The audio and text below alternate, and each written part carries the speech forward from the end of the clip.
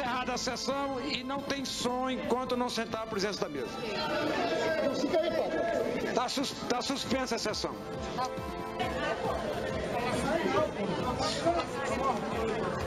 Vamos organizar.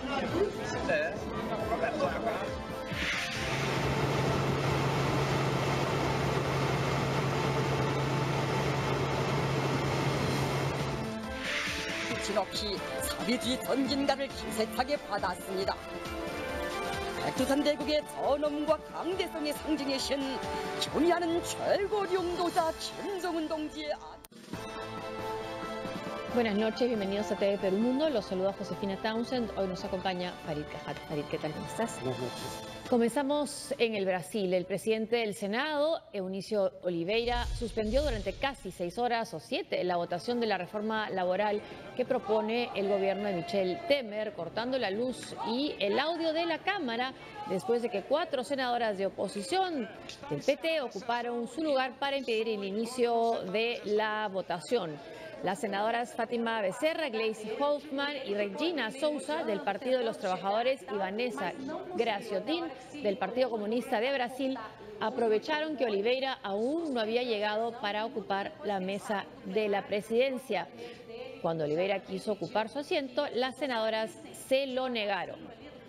La sesión pudo reanudarse por la tarde y la reforma laboral fue finalmente aprobada por mayoría.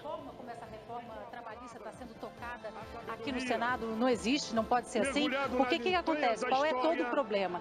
Os senadores acham que tem alguns pontos da reforma.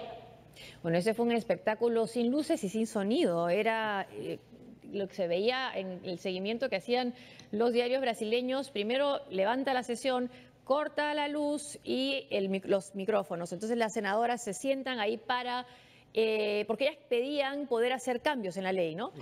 Luego se permanecen 7 horas en la mesa directiva sin luz, luego vuelve la luz y finalmente han llegado a hacer la votación y se ha aprobado esta reforma laboral. ¿Por qué era tan importante esta reforma laboral para Michel Temer y por qué tanto que no pasara para las senadoras que vimos ahí sentadas en la mesa directiva? Bueno, el diagnóstico de la mayoría que respalda a Temer en el Congreso es que hay ciertas rigideces estructurales en la economía brasileña que tienen que resolverse para que la economía pueda crecer, digamos, a tasas relativamente altas y sostenibles en el tiempo. Uno era el tema de la deuda pública y el déficit fiscal, ya se aprobaron normas que limitan el gasto público por los próximos 20 años. El segundo era el tema de, digamos, pensiones de jubilación, que Brasil, siendo un país relativamente joven en cuanto a la composición de su población, tiene un gasto en pensiones que como proporción de la economía es equivalente al de un país con un promedio de edad mucho mayor, como Italia o países de Europa Occidental en general. Y el tercer tema era el de la llamada flexibilidad laboral. La oposición estaba en contra de estas medidas per se, pero además argumentaba que no era justo que medidas que iban a tener implicaciones para el largo plazo del país fueran aprobadas por un gobierno interino que según ellos entró al poder con malas artes y que tenía un nivel de aprobación de entre 5 y 8%. Esos eran los argumentos fundamentales. Además, se oponían por principio a estas normas, porque, por ejemplo, en el caso de la flexibilidad laboral, argumentaban que iba a conculcar derechos adquiridos por los trabajadores de manera virtualmente inconsulta. Pero también para Temer aprobar esta reforma laboral es garantizar su estabilidad laboral, porque es decirle a los sectores económicos, empresariales, bueno, miren lo que yo puedo hacer. Sí, bueno, cuando Lula dice que él va a ser el candidato del pueblo y todavía está por ver quién es el candidato de O Globo, un poco a lo que se refería es, primero, los grandes medios, que en el caso de Brasil hay una gran concentración de la propiedad, como en el caso peruano a nivel de prensa escrita. Los grandes medios siempre fueron hostiles a los gobiernos del PT, en primer lugar, pero en segundo lugar cubrían las manifestaciones multitudinarias cuando eran por temas de corrupción. pero probablemente las manifestaciones más concurridas en los últimos meses en el Brasil no han sido las relacionadas con el tema de corrupción, los temas de corrupción y la posible destitución de Temer, sino han sido manifestaciones por paros nacionales en contra de estas políticas. Pero como los grandes medios respaldan estas políticas, no le daban mayor cobertura a esas manifestaciones. Y el presidente de Brasil, Michel Temer, dijo hoy que respetará la decisión de la Cámara de Diputados que votará esta semana el informe en el que se recomienda encaminar al Supremo Tribunal Federal la denuncia de corrupción que podría acabar con su mandato. El presidente de Brasil, Michel Temer, afirmó el martes que respetará cualquier decisión de la Cámara de Diputados en la votación para decidir la continuidad de la investigación de las denuncias de corrupción pasiva contra el mandatario. La Cámara esta semana, no puedo dejar de decir esto, tiene una decisión muy importante que tomar en esta semana. Yo respetaré el resultado de la votación, cualquiera sea. No es tiempo de dudas o de miedos, es hora de respuestas rápidas. La Comisión de Constitución y Justicia, integrada por 66 miembros, debía votar esta semana el informe del relator Sergio Sveiter, quien había recomendado encaminar la investigación al Supremo Tribunal Federal. Independientemente del resultado, la decisión final dependerá de la aprobación de 342 de los 513 diputados en el plenario de la Cámara. De lo contrario, la causa será archivada. Y aunque este no es un juicio político como fue el de Dilma Rousseff, este es quizás aún más político, aunque sea por un caso de corrupción. Sí, porque la idea es que los representantes electos por el pueblo, y Temer fue electo como parte de la fórmula presidencial de Dilma Rousseff, tienen derecho de antejuicio, o sea, una instancia política es la que debe determinar si procede o no un juicio por las acusaciones formuladas por un juez del Tribunal Supremo de Justicia. Además, solo puede un presidente de ejercicio ser juzgado por el Tribunal Supremo de Justicia. Digamos, lo que hay que tener en cuenta aquí es lo siguiente: se requieren 2/3 de la Cámara de Diputados para que 2/3 que voten a favor de que la acusación proceda, y entonces se suspendería por 6 meses a Michel Temer mientras el Tribunal Supremo de Justicia determina si es culpable o inocente de los cargos en su contra. La coalición de gobierno que apoya a Temer tiene mayoría propia. Es cierto que hay deserciones dentro de esa mayoría. Por ejemplo, en la Comisión de Constitución y Justicia, la persona que debía presentar un informe sobre la acusación es miembro del partido de Temer, el PMDB, y por ende se suponía que su dictamen le iba a ser favorable, pero no ha sido así. Ese dictamen sostiene que ha lugar o tiene lugar la acusación, y que por ende la comisión debería votar a favor de que Temer sea suspendido del cargo, y esa votación a su vez debe ser ratificada por el Pleno del Congreso. Ahora, Temer estaba teniendo una actitud, parecía un gato panza arriba, pataleando con todas sus fuerzas, y ahora se le ve relajado diciendo: decidan lo que decidan, sí, yo aceptaré el fallo. Ha ido hasta el G20, sí, ha dejado el país. Parece creer que tiene las cosas bajo control, sí, que si bien van a desertar algunos miembros de su coalición, no van a ser suficientes como para alcanzar la mayoría calificada en su contra. Y el expresidente del Perú, Ollanta Humala, dijo estar sorprendido por la decisión del Ministerio Público, que pidió 18 meses de prisión preventiva en su contra, así como para su esposa Nadine Heredia por los presuntos delitos de lavado de activos y asociación ilícita para delinquir. Aunque no confirmó su presencia para la audiencia mañana ante el Poder Judicial, aseguró que su defensa sabrá sustentar los alegatos a su favor. El pedido se basa en el testimonio del ex representante de la constructora brasileña Odebrecht, Jorge Barata, quien afirmó haber entregado $3 millones a la pareja o al expresidente y a su señora Nadine Heredia para la campaña electoral del año 2011.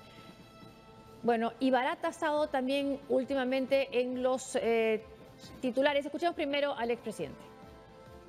Esto para nosotros es una medida sorpresiva y abusiva, de una situación en la cual estamos sin impedimento de salir del país, de frente a pasar a prisión preventiva. Nos parece pues realmente abusiva, e invocamos al Poder Judicial no se dejen presionar ni mediática ni políticamente. Este es un caso que comienza con las declaraciones de Barata, ¿no? De Jorge Barata, el ex representante de Odebrecht. Aquí, pero lo último que se ha sabido de Barata es que ya no va a declarar más. Bueno, aquí ha habido un proceder de parte del Ministerio Público que francamente me parece cuestionable. Primero está el reporte de Gustavo Gorriti y Dele. En IDL, claro, digamos, solo que tiene una coautora, de apellido Mella. Romina Mela. Romina Mela. En donde menciona el contenido de las declaraciones de Marcelo Odebrecht, donde dice: nosotros teníamos como política apoyar a todos aquellos candidatos que tuvieran posibilidades de éxito. De hecho, ni siquiera era nuestra prioridad apoyar a Humala. Humala lo apoyamos por pedido de Palocci, el ministro del gobierno de Lula. Nuestra prioridad era apoyar a los candidatos con menos resistencia entre el empresariado y con más posibilidades. Y mayor posibilidades de éxito, sobre todo Keiko Fujimori. También debemos haber apoyado a la candidata del Partido Aprista. Cuando él dice esas cosas, hay un comunicado del Ministerio Público que desmiente el contenido del artículo. Luego conocemos el contenido de las declaraciones de Marcelo Odebrecht que confirman lo dicho por Gorriti. Además fue rapidísimo el comunicado del Ministerio Público. Sí, y además falso. Y falso, porque decía que no se ajustan a la verdad esas versiones. No solo se ajustaban, sino que iban más allá Odebrecht en las declaraciones transcritas. Pero además hay un segundo elemento que es preocupante, y es que los fiscales, teniendo esas declaraciones de Odebrecht, no repreguntan en esa materia, solo preguntan por Ollanta-Humala, ¿no? Cosa que es legítimo, digamos. Sí. El caso de Humala también tiene que ser investigado, pero el punto es que no están siendo investigados todos los casos de la misma manera. Y finalmente hay una acción de la justicia peruana, digamos, incautación de bienes, que a criterio de Barata, corroborado por el Poder Judicial brasileño, incumple la condición de que no fueran imputados o afectados digamos, quienes prestaran testimonio en Perú, que ya están siendo encausados en Brasil. Y entonces ahora Barata dice que ya no declara, y claro, Marcelo Odebrecht en sus declaraciones dice... Que Barata lo diga. Claro, quien conoce los detalles del apoyo económico a las campañas de Fujimori y el APRA es Barata.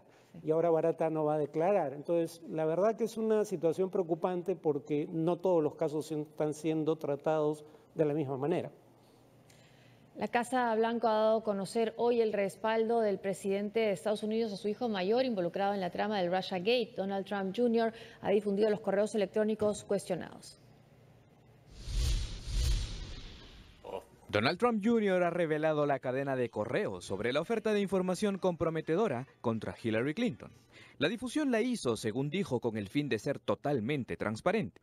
Estos emails enviados entre el 3 y 8 de junio de 2016 dan cuenta de cómo Rob Goldstone, un agente musical británico, le cuenta al primogénito de los Trump sobre la información que tendría el cantante Emin Agalarov y su padre, y que entonces podría comprometer a Hillary Clinton.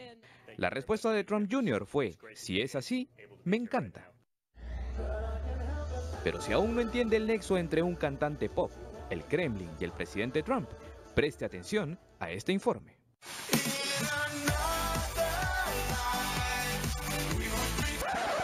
Él es Emin Agalarov, un cantante y empresario azerí que conoció a los Trump en 2013 durante el certamen de Miss Universo.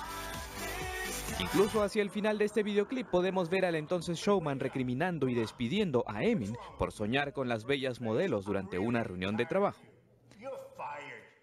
El agente musical de Emin es Rob Goldstone, un personaje que congenió con el hijo mayor de Trump.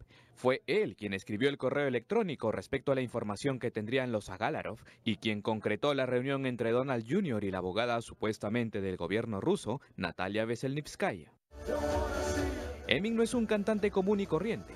Él junto a su padre Aras dieron $20 millones al certamen de Miss Universo 2013 que entonces pertenecía a Trump. Además, sería muy cercano al círculo de Vladimir Putin. Por esta razón, en el mensaje asegura que la información que tenían era de alto nivel y muy sensible, pero forma parte del apoyo de Rusia y su gobierno para el señor Trump. A decir de los Trump, estos mensajes no tienen nada de malo. La información no era significativa según Donald Jr., mientras que la abogada ha dicho que no tenía ningún tipo de información sobre Clinton. Esta tarde el presidente emitió una declaración a través de su vicesecretaria de prensa, asegurando que Donald Trump Jr. es una persona de alta calidad y referirá todo el asunto al abogado de su hijo.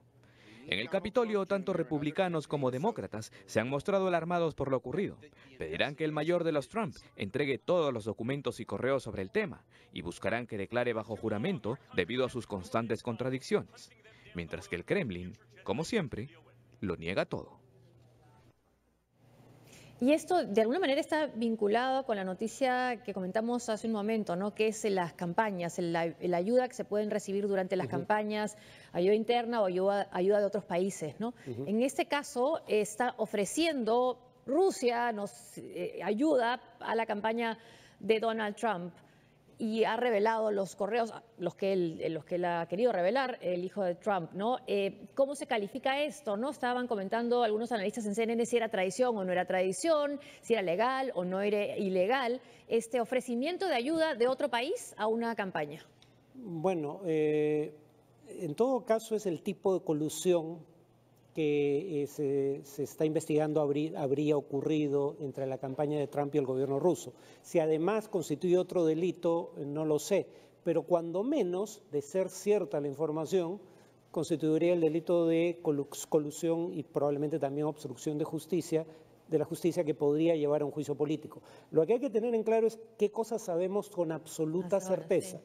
Los mails fueron obtenidos por el diario New York Times, se le consulta aparentemente a través de su abogado, el hijo de Trump, si eran auténticos, y el hijo de Trump decide de motu propio, aunque bajo la amenaza de que se hagan públicos a través de la prensa, hacerlos públicos. Entonces, la autenticidad de los mails no está en cuestión. El propio hijo de Donald Trump dice que son mails auténticos.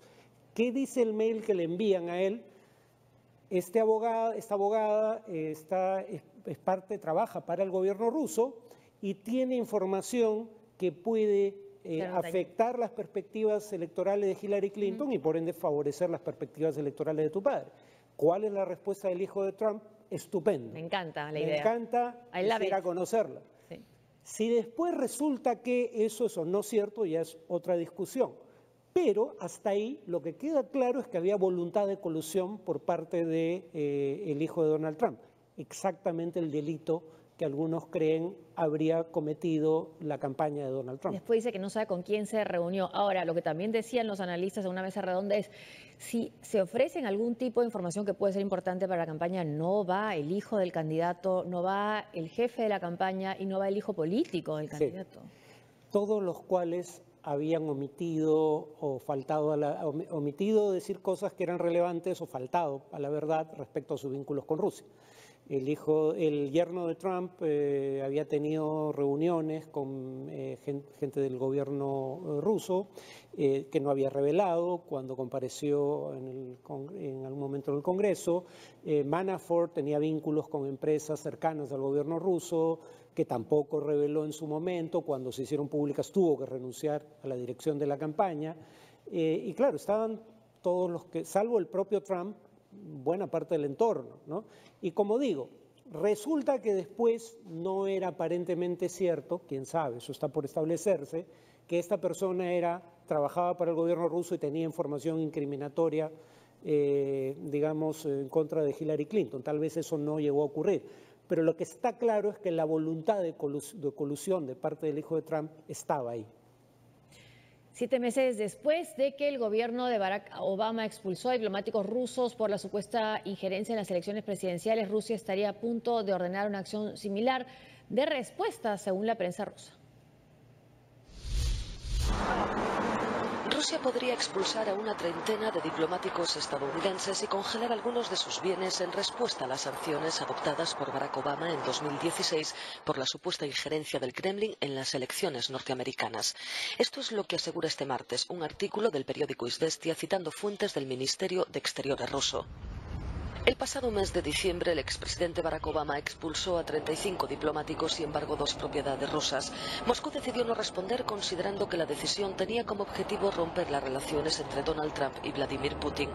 Pero la nueva administración estadounidense no ha arreglado este problema y de nada valió tampoco el encuentro que protagonizaron los presidentes ruso y estadounidense el pasado fin de semana en Hamburgo con ocasión del G20.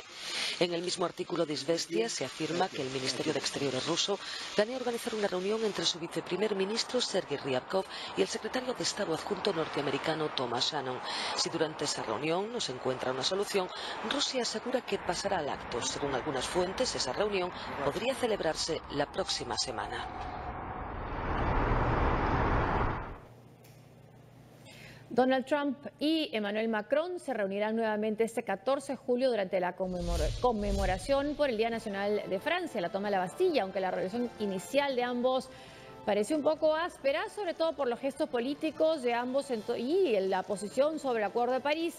El apretón de manos en Bruselas parece que Macron busca conciliar y encontrar un terreno común con Donald Trump, el lado más amigable del político de centro francés no solo ha quedado reflejado en la invitación a la celebración francesa, sino también en la organización de una cena en un restaurante de la en la que también estarán presentes las primeras damas de ambos países.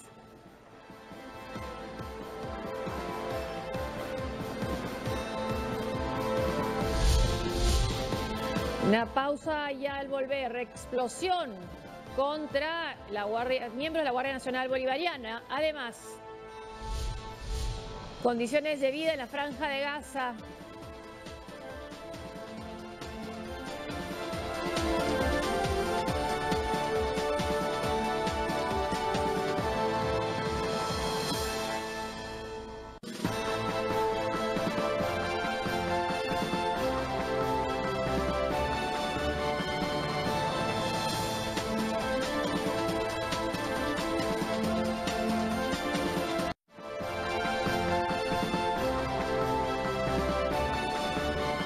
El gobierno venezolano tildó de terrorista la explosión contra miembros de la Guardia Nacional Bolivariana que dejó a varios heridos en Caracas. El video fue difundido en las redes y es muy dramático. Es el preciso instante de la explosión que dejó heridos a 7 miembros de la Guardia Nacional Bolivariana en la zona de Altamira, en Caracas, durante el denominado Trancazo Nacional, protesta convocada por la oposición venezolana. La detonación se produjo mientras los agentes intentaban despejar la vía ocupada por los manifestantes. El material fue difundido por el ministro de Información, Ernesto Villegas, quien a través de su cuenta en Twitter calificó el incidente de trancazo terrorista. Según el comandante general de la Guardia Nacional, el mayor Sergio Rivero Marcano, un grupo de periodistas sabía de la existencia del artefacto explosivo. En las inmediaciones del distribuidor Altamira se encuentran una serie de reporteros gráficos, periodistas, y que aparentemente ellos sabían que el artefacto explosivo estaba allí y veían pasar a los guardias nacionales cerca del artefacto y no les alertaron de que iban a ser atacados con este artefacto explosivo. De otro lado, con la muerte del último lunes de un adolescente de 16 años durante el trancazo nacional en la ciudad de Carabobo, al norte del país, suman 93 las víctimas desde el inicio de las manifestaciones contra el régimen de Nicolás Maduro. Al respecto, el Ministerio Público anunció que la 20ª Fiscalía abrirá investigación tanto sobre el deceso como de la explosión que dejó lesionados a 7 miembros de la GNB.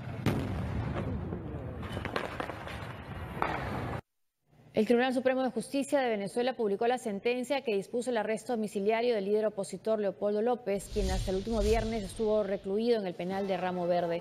Funcionarios del Servicio Bolivariano de Inteligencia Nacional, SEBIN, estarán a cargo de su resguardo. También el líder de Voluntad Popular estará prohibido de ofrecer declaraciones a la prensa nacional o internacional. Por otro lado, el defensor del pueblo, Tarek William Saab, solicitó la liberación de 15 presos políticos con orden de excarcelación, entre ellos Wilmer Azuaje, recluido en el SEBIN y de quien salió hace muy poco una pantalla. Esa es la foto que ha sido publicada en las redes sociales de un diputado regional. Y también cuando se habla de los otros 14 se están refiriendo a los miembros de la policía del Chacao que están en huelga de hambre y también están quejando a sus familiares en las redes sociales. Ahora, Farid, yendo al tema que no hemos comentado contigo del cambio o el arresto domiciliario de Leopoldo López. ¿Qué significa para Nicolás Maduro? ¿Por qué lo ha hecho y qué significa para la oposición? Por supuesto, en su caso es volver a su familia, no es cambiar una condición carcelaria. Sí, todavía no tenemos toda la información necesaria para emitir un juicio certero, así que hay un margen de especulación en lo que estoy a punto de decir. Con la información disponible, Yo me temo que el propósito es desacreditar la figura pública de Leopoldo López y reducir su influencia dentro de la oposición. ¿Por qué? Por dos razones. La primera es, se sabía que había una negociación para su liberación y en donde él queda como, digamos, un mártir al decir, yo no salgo mientras no salgan todos los presos políticos. Pero ahí era libertad incondicional, libertad absoluta. Ahora de lo que estamos hablando es de prisión domiciliaria, sigue preso solo que en su domicilio. Y mientras su esposa sigue insistiendo que no hubo acuerdo alguno con el gobierno, distintos voceros del gobierno, incluyendo el propio ministro de Defensa, Vladimir Padrino López, general del Ejército, dicen que hubo una negociación, aunque no especifican entre quiénes. ¿Por qué es esto importante? Porque en el escenario anterior se decía yo no salgo mientras no salgan todos los presos políticos. Ahora lo que el gobierno está dando a entender es que él aceptó un trato especial para él al margen de lo que ocurra con los demás. Y lo que dice Lilian Tintori es un preso no puede elegir me quedo aquí, de aquí no me muevo. No, claro, pero el tema es hubo o no hubo negociación. El gobierno insinúa que sí la hubo. ¿Han habido conversaciones? Sí las hubo. Sí. Pero si esta salida fue condicionada a una actitud determinada. Claro, no está claro porque López y su familia lo niegan, pero el gobierno lo afirma. La otra cuestión es, hay que tener en cuenta qué pasó con otros presos políticos a los que se le concedió el arresto domiciliario. Ceballos, el alcalde de San Cristóbal, y Leopoldo Ledesma, el alcalde de Caracas. Mientras estuvieron bajo arresto domiciliario, Ledesma sigue bajo arresto domiciliario, desaparecieron de la esfera pública. Y como vemos en la sentencia, se le prohíbe tener comunicación con los medios a Leopoldo López. Entonces esto va a rebajar su perfil, digamos el perfil heroico que proyectaba como preso político en prisión, que era capaz además de enviar regularmente mensajes. En el caso además de el alcalde exalcalde de San Cristóbal, Ceballos, luego se alegó que había tentado un plan de fuga y se le devolvió a prisión. Entonces eso también pende sobre la testa de López cual espada de Damocles. Pero algo se debe estar moviendo con los otros detenidos, porque si no, no estarían estas declaraciones de William Tarek Saab sobre los policías del Chacao, por ejemplo. Como digo, todavía es temprano para saber con certeza qué ocurre. Solo digo que los primeros indicios no corroboran la versión de sectores de la oposición, según la cual la presión de la calle es la que logró esto. Ahora, otro escenario posible, dicho sea de paso, es... Acá hablamos mucho de, en primer lugar, Leopoldo López y en segundo lugar de Enrique Capriles como líderes de la oposición.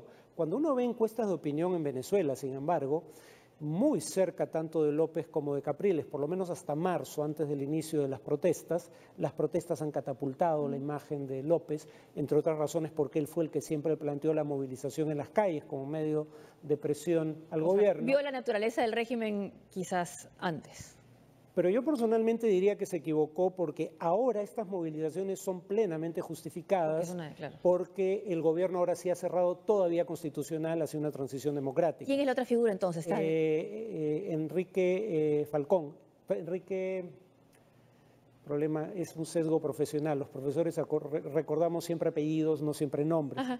Falcón, el gobernador de Lara, el estado de Lara, que para el gobierno sería una figura más interesante como interlocutor, primero porque, a diferencia de López, siempre ha planteado la negociación como medio para salir de la crisis, aunque también está a favor de las movilizaciones, en tanto el gobierno no acepta una negociación sustantiva.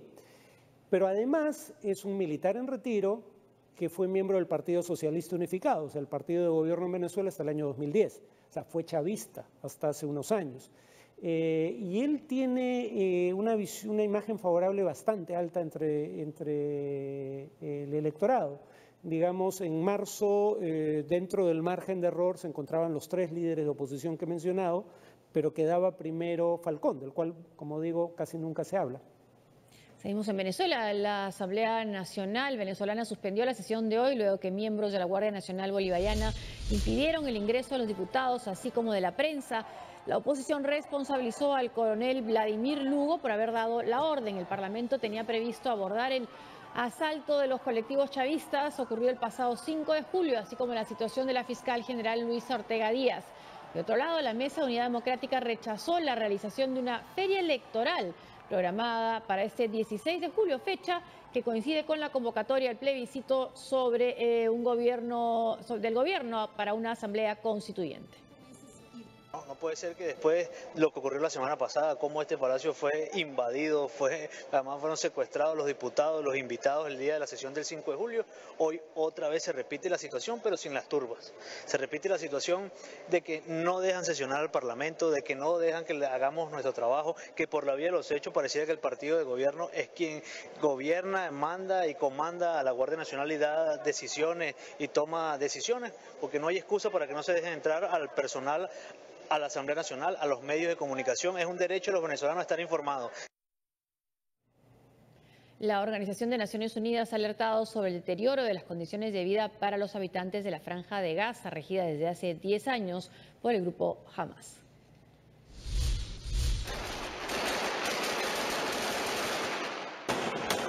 Han pasado 10 años desde que Hamás asumió el poder en la Franja de Gaza y la situación es peor. El enclave se ha convertido en un territorio calificado de invivible por la Organización de Naciones Unidas. Estamos viendo un desdesarrollo en cámara lenta. Cada indicador, desde la energía hasta el agua, desde el cuidado de la salud al empleo, de la pobreza a la inseguridad alimentaria, todos los indicadores están disminuyendo. Los habitantes de Gaza están pasando por esta cámara lenta de desdesarrollo por una década.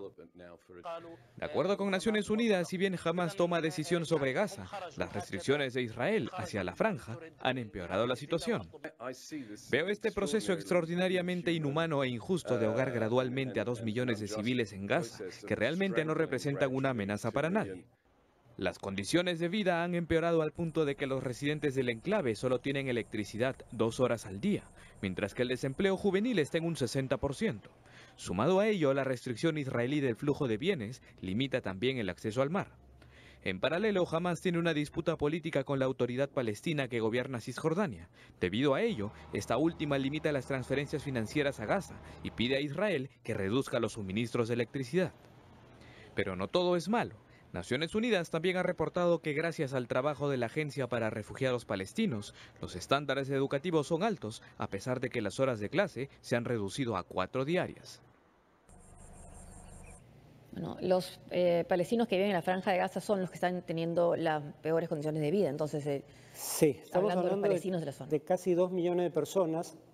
Jamás es un grupo que no me merece la más mínima simpatía, pero jamás ganó una elección, nos guste o no. Jamás ha cometido crímenes contra civiles israelíes, sin duda alguna. Según reportes de organizaciones de derechos humanos, comete abusos y gobierna de manera autoritaria. Pero ubicarnos primero, disculpa que te interrumpa. Sí, está ahí dentro de lo que se dan llamar los territorios palestinos ocupados. Justo quería llegar a eso, ¿no? El gobierno de Hamás es autoritario, es un gobierno francamente incompetente, pero las propias Naciones Unidas dicen Hamás no es quien toma las decisiones fundamentales. Para Naciones Unidas, Gaza sigue siendo territorio palestino bajo ocupación israelí, porque Israel sigue controlando el espacio aéreo, el espacio marítimo y casi todos los límites internacionales de Gaza. Es Israel quien decide qué entra a Gaza y qué sale de Gaza. Gaza no puede exportar ni importar nada sin autorización israelí, salvo por el paso entre Egipto y Gaza. Israel dice, pero Egipto también controla un paso internacional de Gaza al resto del mundo. Bueno, el gobierno egipcio actual, la dictadura de Sisi, contribuye al cerco sobre Gaza y la propia autoridad palestina contribuye a la situación de Gaza, digamos, recortando fondos para combustible que permite generar electricidad. Uno puede pensar lo que quiera de Hamás, pero no es justo tener de rehenes a 1.900.000 civiles porque no te gusta el gobierno de la zona. Y bajo los términos de Naciones Unidas, el cerco israelí sobre Gaza constituye un castigo colectivo, porque estás haciendo pagar a 1.900.000 personas por una organización política, digamos, a la que consideras que no es un interlocutor válido. No hubo sobrevivientes en el accidente de un avión militar estadounidense que se estrelló en Mississippi, al sur del país. 16 militares murieron en este accidente. Las 16 personas que viajaban en el avión militar del Cuerpo de Marines de Estados Unidos, que se estrelló en el estado de Mississippi, murieron en el accidente. Los equipos de rescate hallaron todos los cuerpos, tras varias horas de búsqueda. El Cuerpo de Marines confirmó el accidente de su aeronave, pero no ofreció más detalles, por lo que aún se desconoce si entre los tripulantes había civiles. El accidente ocurrió por causas aún desconocidas, en el límite de los condados de Sunflower y Liffrol. Las autoridades han establecido un radio de 8 kilómetros para hallar los restos de la aeronave, que cayeron sobre cultivos de soja. Al volver, la celebración de un misil que puede ser letal. Además, los horrores en Mosul.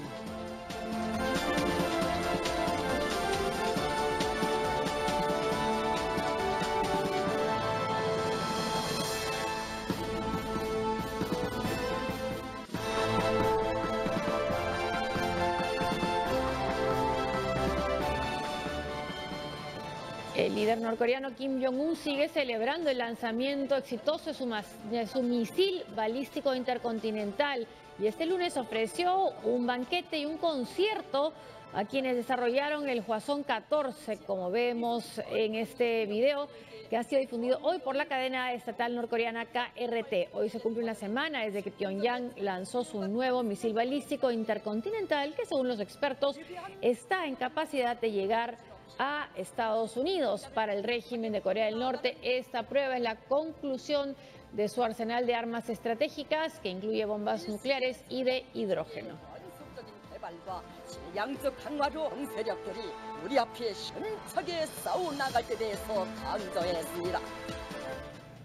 La gira del secretario de Estado Rex Tillerson de Estados Unidos tendrá como último punto Arabia Saudita, donde llegará mañana tras haber firmado en Qatar un acuerdo para combatir el financiamiento del terrorismo. Estados Unidos y Qatar han firmado un acuerdo para combatir el financiamiento del terrorismo, aunque la diplomacia qatarí ha señalado que este pacto no está vinculado a la crisis entre Doha y sus vecinos del Golfo. Los Estados Unidos tienen un objetivo: expulsar al terrorismo de la faz de la tierra. La región tiene el deber absoluto de garantizar que los terroristas no encuentren santuario en su tierra. El acuerdo que ambos hemos firmado en nombre de nuestros gobiernos representa semanas de intensas discusiones de expertos. Revitaliza el espíritu de la cumbre de Riad. Tillerson llegó a Qatar la tarde del lunes con la finalidad de buscar solucionar el impasse diplomático entre Doha, Arabia Saudita y sus aliados del Golfo y el norte de África. El asesor del secretario de Estado Tillerson señaló que Washington estudiará las maneras de poner fin al estancamiento luego de que Doha rechazara las 13 demandas de sus vecinos. Estas incluían el cierre de la cadena de noticias Al Jazeera, romper relaciones con Irán y cesar su apoyo a grupos extremistas en la región. De acuerdo con expertos citados por la agencia Reuters, este bloqueo es un intento de Arabia Saudita para frenar la creciente política independiente de Qatar. Ahora, ¿esta firma va a resolver el tema que tiene Qatar con sus vecinos? Presumo que no, pero en todo caso el mensaje de Estados Unidos es claro. De hecho, si bien son 13 condiciones las que le imponía un grupo de países liderado por Arabia Saudita para levantar las sanciones contra Qatar, el tema fundamental, francamente con muy poco tino, era el tema del financiamiento para el terrorismo. Digo muy poco tino porque cuando uno ve las investigaciones, tanto oficiales como de entidades privadas en Occidente, el gran responsable suele ser Arabia Saudita, no Qatar. Qatar también, no los gobiernos, sino ciudadanos de ambos países. Aclaro el punto. Entonces, es como el ladrón gritando, hay que atrapar al ladrón, ¿no? Que Arabia Saudita diga eso respecto a Qatar. Pero la segunda cuestión es que entre las 13 condiciones, una de ellas era que Qatar en sus relaciones comerciales con Irán acepte los términos de las sanciones de Estados Unidos, o sea, se atenga a los términos en los que Estados Unidos comercia con Irán. Y aquí podríamos decir, si Estados Unidos es el estándar y el tema es el terrorismo, bueno, Estados Unidos se da por satisfecho con el acuerdo que ha firmado con Qatar, ¿por qué los demás tendrían ahora que pedir más que aquello que está dispuesto a aceptar Estados Unidos? Amnistía Internacional ha denunciado que Irak y sus aliados violaron el derecho internacional en la lucha por liberar a Mosul del control del Estado Islámico. En la batalla por la recuperación de Mosul, las fuerzas iraquíes y sus aliados estadounidenses pueden haber violado el derecho internacional humanitario. La denuncia la ha hecho Amnistía Internacional este martes, un día después de que se declarara oficialmente la victoria final sobre los terroristas. Amnistía Internacional ha encontrado que tanto ISIS como las fuerzas iraquíes y de la coalición infligieron daños masivos a civiles durante la batalla por el oeste de Mosul. Por un lado, ISIS movilizaba sistemáticamente a los civiles y luego los atrapó allí. Por el otro lado, las fuerzas iraquíes y de la coalición bombardearon estas mismas áreas con una serie implacable de ataques que mataron y dañaron a miles de civiles. De acuerdo con Nicolette Wallman, coinvestigadora y coautora del informe, el reporte se hizo en base a entrevistas con familias que salieron recientemente de los combates entre marzo y mayo de 2017. Según Amnistía Internacional, los civiles pasaron por una terrible prueba en medio de la catástrofe. Por ello, han pedido llevar estos casos a una comisión independiente que revise las violaciones cometidas y determine a los responsables que serían culpables de cometer crímenes de guerra. El Observatorio Sirio de Derechos Humanos se pronunció sobre la situación del líder del Estado Islámico anunciada semanas atrás por el Ministerio de Defensa ruso. El misterio nuevamente está alrededor del líder terrorista Abu Bakr al-Baghdadi, pero una fuente de historial confiable para la comunidad internacional, como el Observatorio Sirio de Derechos Humanos, ha confirmado la información de que la cabeza del Estado Islámico ha sido asesinada. En una declaración a la agencia Reuters, el director del grupo británico señaló que el yihadista habría caído en el campo oriental de Deir al-Zor. En junio, el Ministerio de Defensa ruso dio las primeras informaciones respecto a la muerte de al-Baghdadi, ocurrida en medio de sus ataques aéreos, tras conocer la realización de una reunión de comandantes del Estado Islámico afuera de Raqqa. La última vez que se vio en video a Abu Bakr al-Baghdadi fue hace poco más de 3 años, cuando declaró el califato del Estado Islámico en la mezquita Al-Nuri de Mosul, hoy destruida por los mismos terroristas en medio de la batalla de esta ciudad. El iraquí de 46 años se separó de Al-Qaeda en 2013, 2 años después de la muerte de Osama Bin Laden, persiguiendo sus propios objetivos en una organización denominada inicialmente Estado Islámico de Irak y el Levante. La cabeza de Baghdadi tenía un precio de $25 millones, ofrecidos por los Estados Unidos, que tenían las intenciones de llevarlo a la justicia. Bueno, esta es una fuente confiable, el Observatorio Sirio de Derechos Humanos. Sí, generalmente es una fuente. De hecho, medios occidentales lo citan, porque hasta donde podemos saber, no conocemos detalles, pero hasta donde podemos saber es la única organización que queda con informantes en virtualmente todo el territorio sirio. ¿Cuántos son? Nadie sabe con certeza. Y ellos alegan que esta información les fue confirmada por fuentes del propio ISIS, ¿no? ¿Por qué es importante? Porque Bin Laden, habría que recordar, fundó una organización que se llama Al-Qaeda. ¿Qué significa eso en árabe? La base. Al-Qaeda no era la cúspide de una organización piramidal, sino era una entidad que, aceptando que era una organización descentralizada en red, daba apoyo a grupos que querían perpetrar acciones terroristas acordes con el ideario de Al-Qaeda. En el caso de Abu Bakr al-Baghdadi, él pretende crear un Estado, de hecho lo llama así, Estado Islámico, pero un Estado peculiar, un califato, en donde él es la autoridad máxima tanto en el plano político como en el plano religioso. Y entonces todos le deben obediencia a él.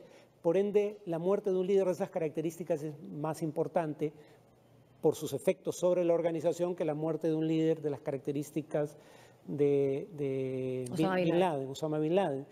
Lo único que diría, sin embargo, es que, claro, muere cuando su califato ya estaba en sus últimos estertores, ¿no?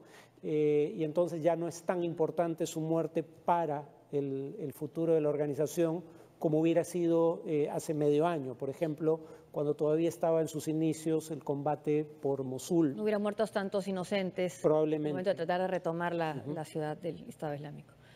La crisis en Raqqa, ciudad donde está establecido el bastión del Estado Islámico en Siria, todavía es grave. Este martes, Naciones Unidas reportaron que hay un estimado de 30.000 a 50.000 civiles atrapados en esta región. Muchos de ellos no están en capacidad de huir, mientras que otros son atacados por los yihadistas e intentan escapar. Según la Agencia de la ONU para los Refugiados, otros 190.000 han sido desplazados en la gobernación de Raqqa y solo 20.000 han podido salir de la ciudad. Aquellos que intentan salir de la ciudad se exponen a riesgos masivos. Ellos optaron por o bien tener que hacer la elección de permanecer o arriesgarse a morir en la lucha. Una lucha feroz, o también arriesgarse a convertirse en objetivos a medida de que huyen. Hemos visto una situación similar, un patrón similar en Mosul.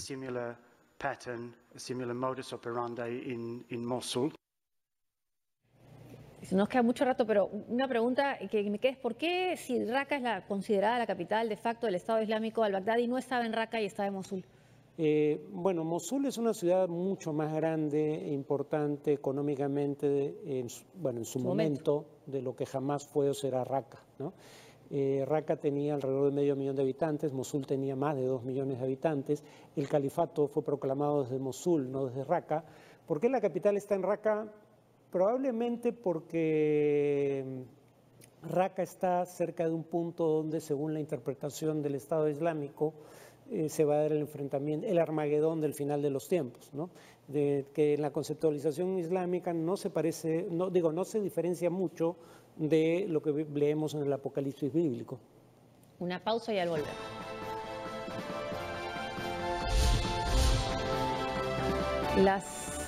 Los Sanfermines, regresamos.